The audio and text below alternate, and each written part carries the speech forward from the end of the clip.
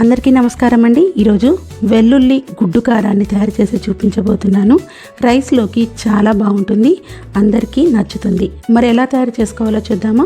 ముందుగా దీనికోసం నేనైతే డజన్ ఎగ్స్ కోసం 5 నుంచి 6 మీడియం సైజు ఉల్లిపాయలని తీసుకొని సన్నగా కట్ చేసుకొని పక్కన పెట్టుకుంటున్నాను.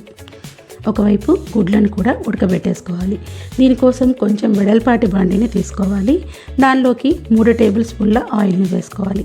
ఆయిల్ హీట్ అయ్యే లోపల ఎగ్స్ పొట్టు తొందరగా రావాలి అంటే నేను చూపిస్తున్న మాదిరిగా కాస్త చెయ్యితో మెదిపేసుకుంటే పొట్టు అనేది ఈజీగా వచ్చేస్తుంది. ఆయిల్ హీట్ అయిన తర్వాత ఇప్పుడు దీంట్లోకి తాలింపు గింజల్ని వేసేసుకోవాలి. తర్వాత 2 ఎండుమిరపకాయలని కూడా వేసేసుకొని ఒకసారి గరిటెతో కలిపేసుకోవాలి. తర్వాత మనం కట్ చేసుకునేటువంటి ఉల్లిపాయలు 5-6 పచ్చిమిరపకాయలని కూడా నిలువుగా కట్ చేసేసుకొని ఆయిల్లోకి వేసేసుకోవాలి. ఇప్పుడు మొత్తం ఉల్లిపాయలకి ఆయిల్ పట్టేటట్టుగా కలిపేసుకోవాలి. ఈ ఉల్లిపాయలు వేగడంలోనే కర్రీ టేస్ట్ అంతా కూడా ఉంటుంది కాబట్టి ఫ్లేమ్ని సిమ్లో పెట్టుకొని మంచి గోల్డెన్ కలర్ వచ్చే వరకు ఫ్రై చేసుకోవాలి.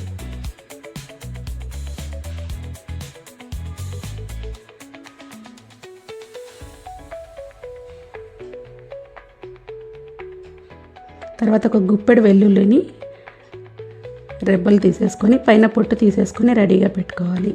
ఇప్పుడు ఉల్లిపాయల్లో పసుపు, ఉల్లిపాయలకు తగినంత ఉప్పు వేసేసుకొని మరొకసారి గరిటెతో కలుపుకొని ఫ్రై చేసుకోవాలి. ఉప్పు అంతా కూడా ఒకటేసారి వేయద్దు, మనం వెల్లుల్లి కారంలో వేసుకుంటాము. తర్వాత కాస్తంత కరివేపాకును కూడా వేసేసుకొని మరొకసారి కలుపుకొని ఫ్రై చేసుకోవాలి. అలాగే ఎగ్స్ అన్నిటిని కూడా పొట్టు తీసేసుకొని పక్కన పెట్టుకొని ఇప్పుడు చిన్న జార్ని తీసుకొని దానిలో 2 టేబుల్ స్పూన్ల కారం, 1 స్పూన్ జీలకర్ర, కొంచెం కరివేపాకు, వెల్లుల్లి రెబ్బలు, కారం సరిపోకపోతే మరికొంత యాడ్ చేసి ఉప్పును కూడా యాడ్ చేసుకోవాలి. ఉప్పు అంతా కర్రీకి సరిపోయేంతగా యాడ్ చేసుకోవాలి. ఆల్రెడీ మనం ఉల్లిపాయల్లో వేసుకున్నాం కాబట్టి కాస్త చూసుకొని యాడ్ చేసుకోవాలి.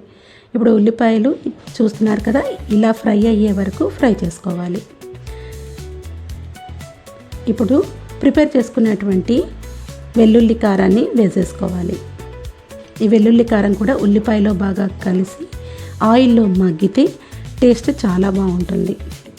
కాబట్టి ఇవి ఆయిల్లో మగ్గి పచ్చివాసన పోయే వరకు 3-4 నిమిషాల టైం అయితే పడుతుంది. మొత్తం ఉల్లిపాయల్లో బాగా కలిసేటట్టుగా కలుపుకోవాలి.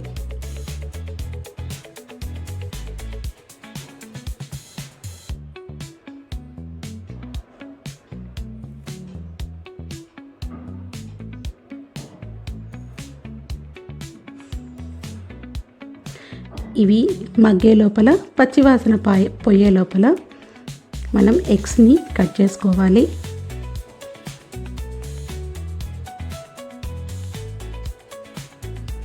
ఇలా నేను చూపిస్తున్న మాదిరిగా చాకుతో ఘాట్లు పెట్టుకోవాలి.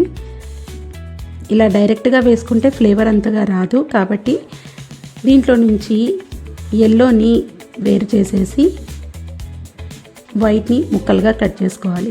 పీసెస్ అనేవి మన ఇష్టము, చిన్నవైనా లేదంటే ఇలా 2 పార్ట్స్గానైనా చేసుకోవచ్చు. వీటికి వెల్లుల్లి కారం పట్టి టేస్ట్ చాలా బాగుంటుంది. గుడ్డుగా వేసుకునే బదులు ఇలా వేసుకుంటే టేస్ట్ బాగుంటుంది. ఇలా అన్నిటినీ కూడా ఎల్లో సపరేట్ చేసేసి మిగతా వాటిని కట్ చేసుకొని పక్కన పెట్టేసుకోవాలి. వెల్లుల్లి ఆయిల్లో బాగా మగ్గిపోయిన తర్వాత కట్ చేసుకునేటువంటి ఎగ్నన్నిటిని కూడా వేసేసుకోవాలి. వీటిని కూడా 2 నుంచి 3 నిమిషాల పాటు మరీ గరిటెతో బాగా కలియపెట్టకుండా పైన వెల్లుల్లి కారం పట్టేటట్టుగా కలుపుకోవాలి. ఫ్లేమ్ని సిమ్లోనే పెట్టుకోవాలి.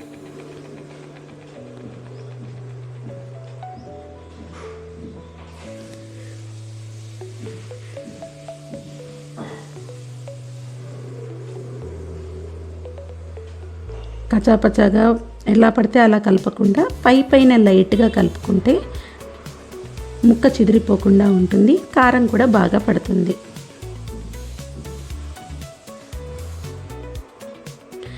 ఇవి 3 నిమిషాల పాటు మనం మగ్గించుకున్న తర్వాత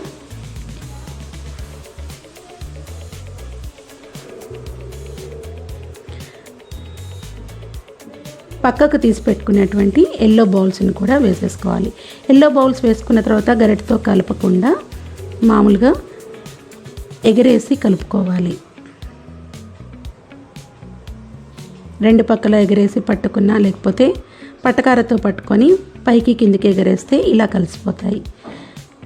వీటిని ఎక్కువసేపు ఉడికించకూడదు, మళ్ళీ దాని నుంచి ఆయిల్ రిలీజ్ అవుతుంది కాబట్టి వేసుకున్న 1 నిమిషం తర్వాత స్టవ్ ఆఫ్ చేసేసి కొత్తిమీర, నచ్చిన వాళ్ళు దీంట్లో నిమ్మకాయ రసాన్ని కూడా పిండుకోవచ్చు.